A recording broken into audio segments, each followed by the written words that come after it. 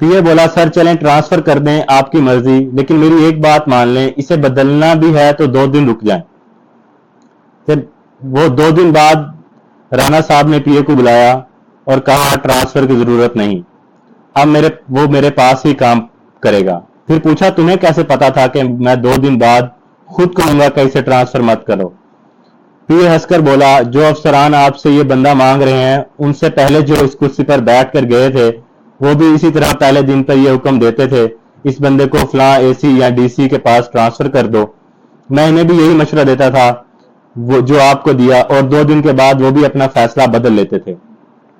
میں دیر سے اس سٹوری میں محو بیٹھا تھا، اچانک بول پڑا رانا صاحب اس چپڑاسی کے پاس آخر کون سی ایسی بڑی سفارش تھی کہ وہاں جو بھی اے سی بیٹھتا وہ 2 دن کے بعد اس کا تبادلہ نہیں کرا سکتا تھا؟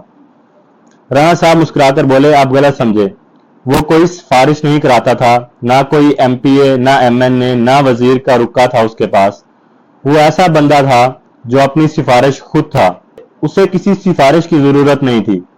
وہ ایسا نشہ تھا جو ہر افسر کو خود چڑھ جاتا تھا، اور بندہ وہاں سے ٹرانسفر ہو جاتا تو بھی اس کے نشے میں رہتا، لہٰذا ہر کوئی اسے اپنے پاس رکھنا چاہتا تھا۔ میرا تجسس مزید بڑھ گیا تو اس کے بارے میں پوچھا تو انہوں نے بتایا وجہ یہ تھی کہ میرے دفتر پہنچنے سے پہلے پورا دفتر سیٹ ہوتا، میری میز صاف ستھری ہوتی، اخبار جیسے استری کر کے رکھا ہو، چائے کا گرم کپ، پانی کا گلاس سائیڈ پہ، فائلیں صاف ستھری، کمرے کی غیر معمولی صفائی۔ اسے یہ بھی پتا تھا کہ صاحب کو اے سی کے لیے کتنا ٹیمپریچر رکھنا ہے۔ کوئی فضول آدمی دفتر آ جاتا تو وہ اندر کمرے میں داخل ہوتا اور چند ہی منٹ میں اس بندے کو مجبور کر دیتا کہ وہ اس کمرے سے چلا جائے۔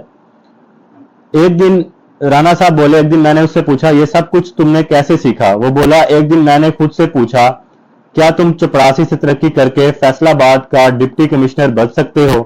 جواب ملا نہیں، تم ترقی کر کے زیادہ سے زیادہ 30-40 سال بعد کلرک ہی بن سکتے ہو۔ پھر میں نے سوچا اگر ساری عمر چپڑاسی ہی رہنا ہے تو میں ایک عام چپڑاسی کیوں بنوں؟ میں ایسا چپڑاسی بنوں گا جو ہر صاحب میری خواہش کرے، یہاں سے اس کا تبادلہ بھی ہو جائے تو وہ مجھے یاد کرے، مجھے اپنے ساتھ رکھنے کی خواہش کرے۔ میں نے دل میں خواہش بنا لی کہ اگر پاکستان میں کبھی یہ مقابلہ ہو کہ اس ملک کے سرکاری دفتر میں بہترین نائب قاصد کا انعام کسے ملنا چاہیے تو وہ مجھے ملے۔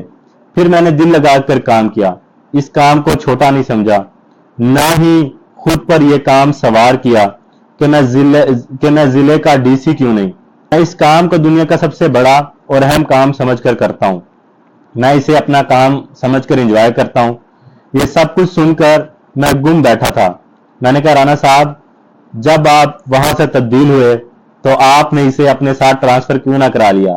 وہ ہنس کر بولے نہیں، میں نے فون کر کے تبادلے کا نہیں کہا کیونکہ مجھے پتا تھا نیا افسر آئے گا، پی اے اسے بھی 2 دن کا مشورہ دے گا اور 2 دن بعد وہ اے سی بھی اس کا ٹرانسفر نہیں کرے گا۔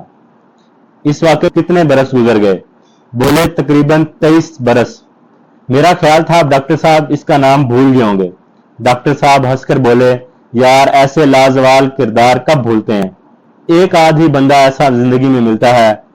اس کا نام فیصل احمد چودھری اور اس کے والد کا نام اکرام احمد چودھری تھا۔ گمنام گاؤں کا آخری مزار اور اس کے ایک ہیرو کی کہانی میں نے آپ کی پیش خدمت کی ہے۔ اس طرح کے لازوال کردار ہمارے ارد گرد موجود ہیں۔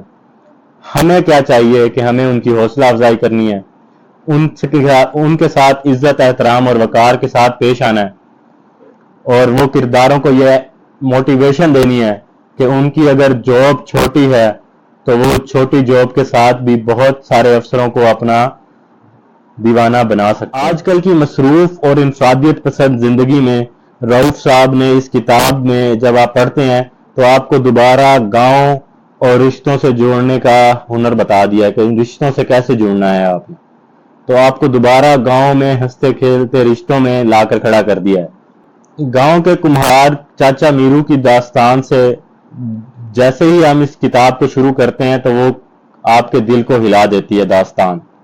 پھر اس کے بعد قصہ 4 درویشوں کا آپ کو دوستی اور محبت کہ زندہ ہونے کا احساس دلواتی ہے۔ خدا بخش کے بیٹے کا دکھ، عریب فاطمہ کی کہانی اور اس کے ساتھ ساتھ استاد کی تذلیل، یہ ساری کہانیاں جب آپ پڑھتے ہیں تو آپ کا دل خون کے آنسو روتا ہے اور اس کے ساتھ ساتھ آپ کو جھنجھلا کے رکھ دیتا ہے۔ اس کتاب میں موجود تمام کہانیاں، چھوٹی چھوٹی کہانیاں آپ کو احساس دلاتی ہیں کہ آپ نے معاشرے میں کیسے سدھار پیدا کرنا ہے۔ قصہ مختصر، اس کتاب کی تمام کہانیاں آپ کو اپنی زندگی میں موجود تمام ہیروز، جو چھوٹے چھوٹے ہیروز ہیں، ان کی یاد ضرور دلوا دیتی ہیں، اور اس کے ساتھ ساتھ آپ کو یہ بھی احساس دلواتی ہیں کہ آپ نے ان ہیروز کو کس طرح عزت دینی ہے، ان کو کس طرح وقار اور عزت اور احترام سے پیش آنا ہے۔ رؤف صاحب نے جنوبی پنجاب کے تمام ہیروز کی کہانیوں کو جس طرح اس کتاب کی شکل دی ہے، وہ واقعی رؤف صاحب جیسے با کمال شخص ہی کر سکتے تھے۔ مجھے افسوس ہے کہ یہ کتاب 2020 میں پبلش ہوئی اور میرے تک 2023 میں پہنچی۔ اگر آپ لوگ بھی کتاب بینی کا شوق رکھتے ہیں تو آپ لوگوں سے ریکویسٹ ہے کہ اس کتاب کو ضرور پڑھیں۔